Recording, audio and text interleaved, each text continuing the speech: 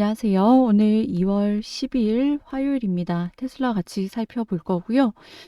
전일 시장 이 AI 우려로 급락했던 미 증시가 다시 한번 또 반등을 하면서 테슬라 주가 역시 이렇게 보기 좋게 양봉 마감했는데요.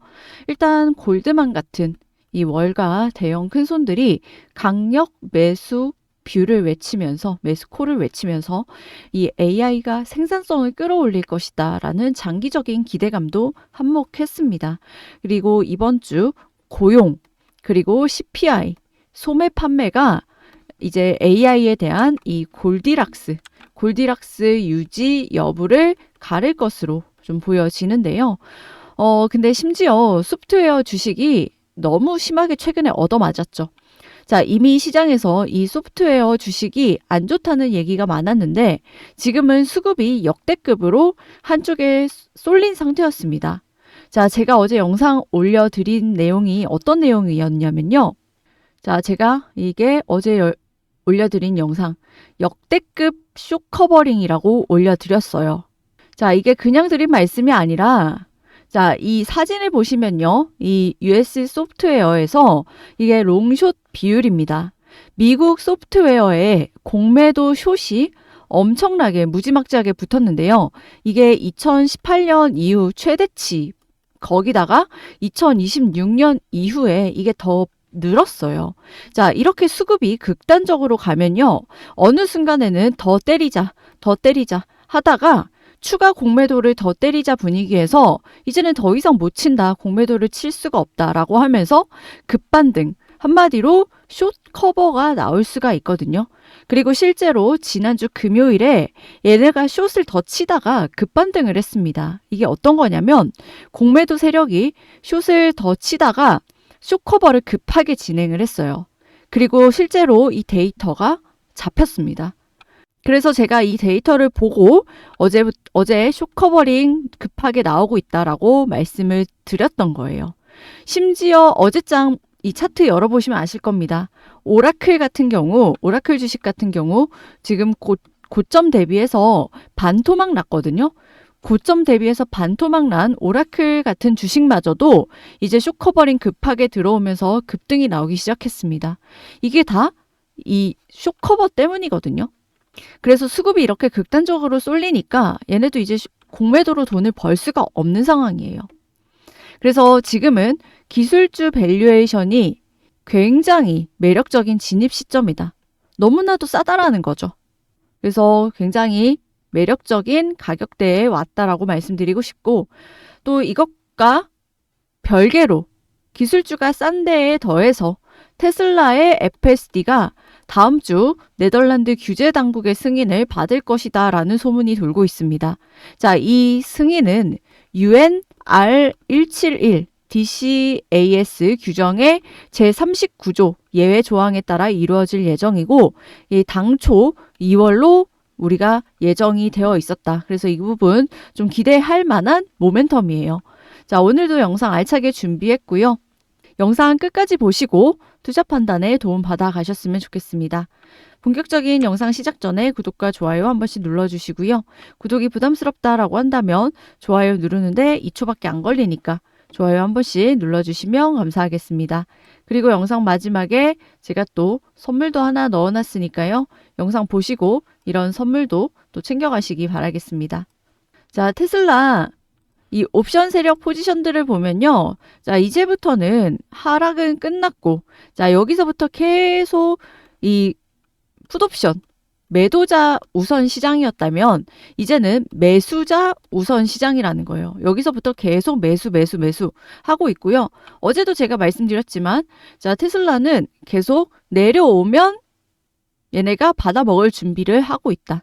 그래서 밑에다가 다 깔아놓은 포지션들밖에 없어요. 그래서 편안히 이번 주는 비교적 지난주에 비해서 편안하게 좀 매수를 하실 수 있을 것 같고요. 그래서 뭐 더 정확한 거는 본장 시작 전에 이런 데이터들 취합해가지고 디테일하게 대응 전략 필요하신 분들은 제가 이런 부분들 공유 드리니까요. 영상 하단에 더보기란 참고하시면 될 것 같습니다. 그래서 이번 주는 조금 편안하게 좀 매매하실 수 있을 것 같다. 이렇게 제가 큰 뷰를 좀 제시를 해드리고 네덜란드 모멘텀 나왔다고 말씀드렸죠. 자, 여기 기사도 나와 있듯이 공식 분위기는 2월 중에 결정을 검토 중이에요. 그래서 여기 로이터 기사에 나와 있듯이 이 RDW는 2월 중에 결정을 검토 중이고요. 네덜란드 차량 당국입니다. RDW는. 그래서 2월 FSD 심사 검토 시점으로 보고 있다라고 외신에서 이미 알려져 있어요. 이거는 작년 11월부터 나온 기사였습니다. 자, 승인 가능성을 위한 시연과 평가 일정이고요. 자, 아직 승인 확정은 아닙니다. 그래서 이게 올해 2월로 디데이가 예정이 되어 있는 상황이에요. 그렇다면 이번 승인은 뭐가 다른가가 중요하겠죠. 자, 이번에 거론되는 건요. 테슬라 FSD가 네덜란드 규제 당국 이 RDW로부터 유엔의 이 39조 예외 조항을 적용받아서 정식 전면 허용이 아닌 규제 예외 승인 형태로 먼저 허용되는 시나리오입니다. 자, 이게 왜 중요하냐면요. 유럽은 원래 모든 국가 플러스 모든 상황 플러스 완벽한 규정을 요구하는 구조이기 때문에 정식 승인까지 보통 5년에서 7년 이 정도 걸리는 굉장히 오래 걸리는 게 정상인데 이 제39조는 이 39조 예외는 이 지옥 같은 시간을 건너뛰는 합법적인 지름길이기 때문이에요. 그래서 승인되면 당연히 테슬라 주주 입장에서는 대박일 수밖에 없는 게 테슬라가 이제 차 회사에서 AI 플랫폼으로 재평가됩니다. 현재 미국에서 더 이상 테슬라를 차 회사로 보고 있지 않죠. 이제 AI 플랫폼으로 보고 있습니다. 자, 이것도 마찬가지. 유럽에서 네덜란드에서 39조 예외 승인이 나오면요. 이제 유럽에서도 더 이상 테슬라는 차 회사가 아니라 AI 플랫폼으로 재평가가 되게 됩니다. 그리고 유럽에서 FSD가 승인이 되는 순간 FSD는 소프트웨어 구동 모델 그리고 차량 한 대당 평생 반복 수익이 나게 되죠. 그리고 국가에서 그 이유에서 규제가 빡세다는 이유에서 AI 운전 판단을 인정하게 되는 순간입니다. 그래서 매출 증가는 물론이고요. 테슬라의 멀티플 자체가 바뀌는 사건이 되는 거죠. 그리고 말씀드렸다시피 유럽은요. 최악의 규제 시장입니다. 엄청난 규제가 발목을 잡고 있어요. 유럽 규제는요. 전 세계에서 가장 보수적입니다. 여기서 승인이 되면요. 미국은 이미 쓰고 있고요. 중국은 유럽이 승인을 했다라고 하면 중국도 검토 가능하고요. 기타 국가들은 유럽에서 통과됐다라고 하면은 우리 통과시켜 줄 게 거의 이 수준이에요. 특히 네덜란드의 승인을 받았다라고 한다면요. 글로벌적인 레퍼런스를 확보한 거나 다름이 없습니다. 그리고 로보택시와 이거 FSD가 통과되는 순간 이 로보택시와 그리고 무인 배송으로 가는 법적인 첫 단추를 꿰게 되는 거죠. 자, 이제 AI가 주행 판단을 해도요. 규제 당국이 법적으로 허용할 수 있다. 자, 전례가 생기는 거죠. 그럼 다음 단계로는 감독의 완화라든지 그리고 무인 주행 구간 확대라든지 그리고 최종적으로는 이 로보택시로 가는 길이 열리는 겁니다. 아시다시피 로보택시의 가장 큰 장벽은 기술이 아니라 규제예요. 그리고 이 네덜란드에서 왜 조만간 승인이 날 수밖에 없는 구조냐면요. 이 예외조항이라고 39조 예외조항이라고 말씀드렸죠. 이 예외조항 자체는 새 기술을 위해서 존재하기 때문입니다. 자, 이 UN 39조 예외는 규정이 기술을 따라가지 못할 때 안정성이 입증된 경우 국가가 책임지고 시험할 수 있도록 즉 테슬라 같은 케이스를 위해서 만들어진 조항이에요. 그래서 이걸 안 쓰면 규정은 영원히 뒤처지고 유럽은 AI 경쟁에서 탈락할 수밖에 없겠죠. 그리고 네덜란드는 EU 규제 중 가장 실용적입니다. 이미 자율주행 실증 프로젝트를 다수 수행을 했고요. 그래서 RDW가 먼저 승인을 하면 데이터를 축적을 하고 EU 전체 규정이 개정되는 이런 프로세스를 우리는 기대를 해볼 수가 있습니다. 게다가 테슬라는 이미 압도적인 안전 데이터를 제출을 해왔어요. 그래서 이거는 기존 자동차 회사가 절대 흉내를 못 내는 영역이죠.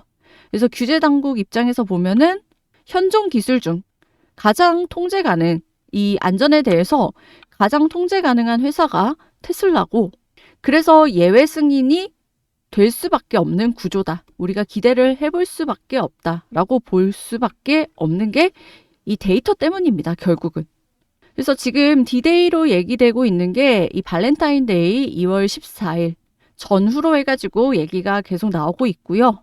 이번 네덜란드 FSD 예외 승인이 되면요, 테슬라가 이 유럽의 AI 운전의 세계 표준 후보로 공식 입장하는 순간이고, 이제 미국에서 AI 플랫폼으로 인정받는 기업뿐만이 아닌 이제 글로벌 전 세계에서 AI 플랫폼 기업으로 인정받는 기업의 정체성이 바뀌는 이벤트이기 때문에 여러분들 이 뉴스, 언제 터질지 모르는 이 뉴스에 굉장히 촉각을 기울이시는 게 좋다 말씀드리고 싶죠.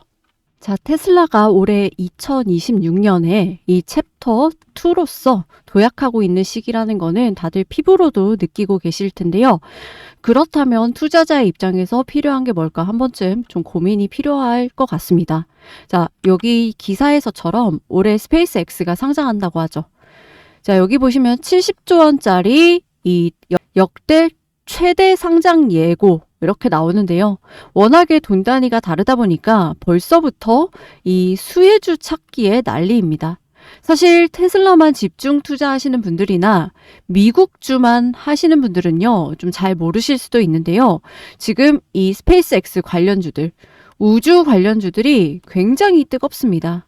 특히 우주 관련주들 너무 뜨겁다 보니까 이제는 칩 관련주들도요, 우주 때문에 같이 딸려 올라가는 그런 기현상이 벌어지고 있어요. 제가 뭐 하나 보여드리려고 하는데요. 자, 지금 보시는 이 차트는요, 이 국주입니다. 한국장에 있는 세트랙 I라는 종목이고요. 한화의 자회사예요. 한화의 관계사고 우주항공하는 회사입니다. 여기 보시다시피 주가가 연초 대비해가지고 4만 원짜리가 최근에 18만 원까지 이렇게 올라갔어요.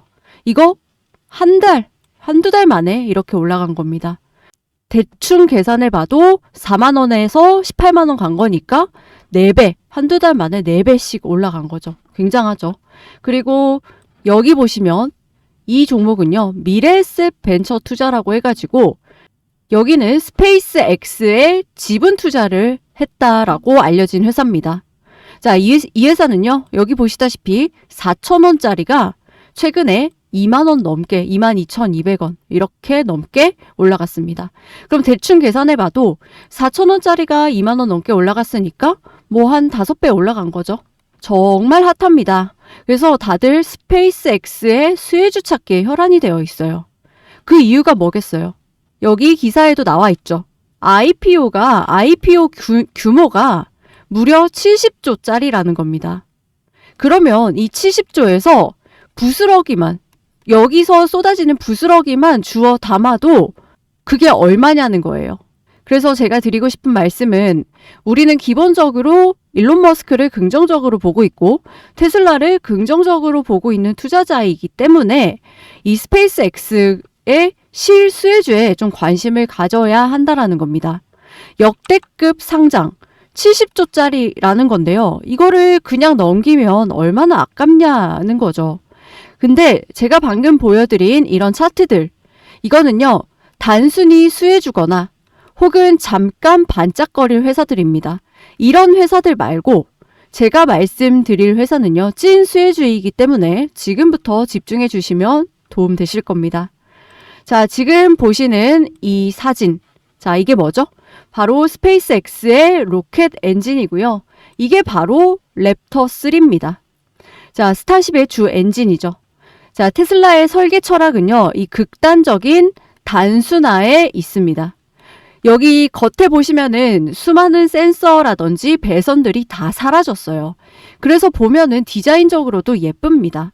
자, 우리가 이제 로켓 성능을 이야기를 할 때, 자, 총알을 장전해서 쏘듯이 모든 에너지를 응축했다가 한꺼번에 이렇게 쏴 올리면요. 펑 하고 날아갈 거 아니냐. 자, 이렇게 생각을 하실 수가 있는데요. 이게 만약에 이렇게 해버리면요. 로켓이 적재된 연료를 한꺼번에 소진시켜서 이 가공한 속도로 쏘아 올려버리면 어떻게 될까요? 이 내부에 있는 사람이라든지 물체가 남아나지 않겠죠. 그래서 이 힘은 그대로 유지를 하고요. 이 내부에 있는 이 모양이라든지 성능은 지속적으로 유지가 돼야 되거든요. 원하는 높이가 될 때까지, 원하는 높이까지 도달할 때까지 로켓을 쐈을 때. 그게 어려운 겁니다. 그래서 연소실이 지속적으로 압력을 유지하고 있기 때문에 적당한 압력으로 액체 산소라든지 액체 연료를 분사를 하면은 튕겨져 나와버린다고 하거든요. 그래서 이 안에 밸브가 정말 엄청난 압력을 받는다고 합니다. 예전에 한번 들어보셨을 텐데 이 한국 고흥에서 이 로켓 실험할 때요. 툭 하면 실패 원인이 바로 이 밸브의 이상이라고 했었죠. 아마 이거 찾아보시면 나올 겁니다. 그러니까 연료 계통의 문제였다라는 거죠. 이게 바로 이겁니다. 이게 기술력이고 이게 어려운 거예요. 이걸 엄청난 압력으로 하고 있기 때문에 이 압력을 이겨내는 압력으로 이거를 또 쌓아줘야 되는 거거든요. 그러면 연료를 분사하는 인젝터라든지 거기에 연결되어 있는 밸브, 또 그 위에 있는 임펠러라든지 가스, 그리고 터빈 이런 게 또 얼마나 많은 압력을 받겠습니까? 그래서 상상을 초월한 압력을 받기 때문에 이게 바로 어려운 거죠.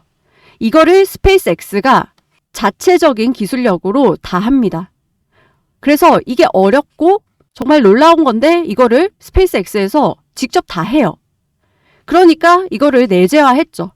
그래서 이 로켓 발사 비용이 스페이스X 비용이 굉장히 다운이 될 수밖에 없는 거죠. 이걸 다 내재화를 시켰기 때문에. 근데 러프하게 보면은 이렇고요. 그래서 지금 제가 엔진 얘기를 드렸죠. 엔진이 크게 보면은 이 엔진 딱 하나지만요. 이 안에 세부적으로 보면은 뭐 인퓨서, 임펠러, 터빈 디스크, 터빈 블레이드, 재킷, 피팅, 노즐 확장부, 펌프, 밸브 플레이트 굉장히 세분화되어 있습니다. 자, 여기서 스페이스X가 외주를 주는 곳이 몇몇 있어요. 제가 방금 거의 다 내재화했다고 말씀드렸죠. 자, 엔진 쪽에서 엔진이 중요하죠. 근데도 외주를 주는 곳이 몇몇 있습니다. 내재화를 하기 힘든 파트이기 때문에 외주를 주겠죠. 그래서 앞으로 스페이스X의 성장과 함께 같이 성장하는 회사고요.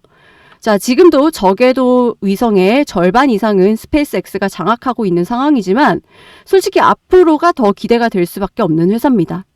자, 테슬라의 경우 지금 $400가 넘어가기 때문에 지금 비중을 싣고 싶어서 사고 싶어도 몇 주 못 사서 아쉽다고 하시는 분들이 많이 계십니다. 근데 지금 이 종목은요. 시가총액이 그렇게 크진 않아요. 솔직히 오늘 제 영상에서 처음 들어보신 분들도 아마 많이 계실 겁니다. 자, 이 종목 제가 영상에서도 공개 드릴 수는 있는데요. 시총이 너무 가볍기 때문에 여러분들의 매수세가 몰리면 좀 수급이 꼬일 수가 있고요. 그리고 또 제 구독자분들과 제 영상을 좋아하시는 분들께 제가 선물로 이 종목 공유를 해드리려고 합니다. 자, 신청 방법 아주 간단해요. 영상 하단에 보시면 더보기란이라고 있고요. 이 더보기란을 누르면 이 링크가 하나 있습니다. 링크를 누르면 새 창이 하나 뜨게 돼요. 여기 새 창을 누르게 되면 제가 구독자 혜택 3가지를 넣어놨습니다. 그래서 여기서 여러분들 필요하신 부분들 체크하셔서 신청하시면 돼요.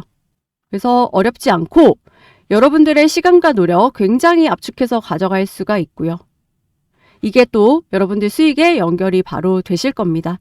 그래서 기회 잡으실 분들은요. 신청하셔서 꼭 확인하셨으면 좋겠습니다. 그래서 여러분들 잘 되시라고 같이 공유 드리고 있으니까요. 도움이 되셨다라고 한다면 구독, 좋아요 많이 눌러주시고요. 도움이 되셨으면 좋겠습니다. 그래서 오늘 영상은 여기까지 하고요.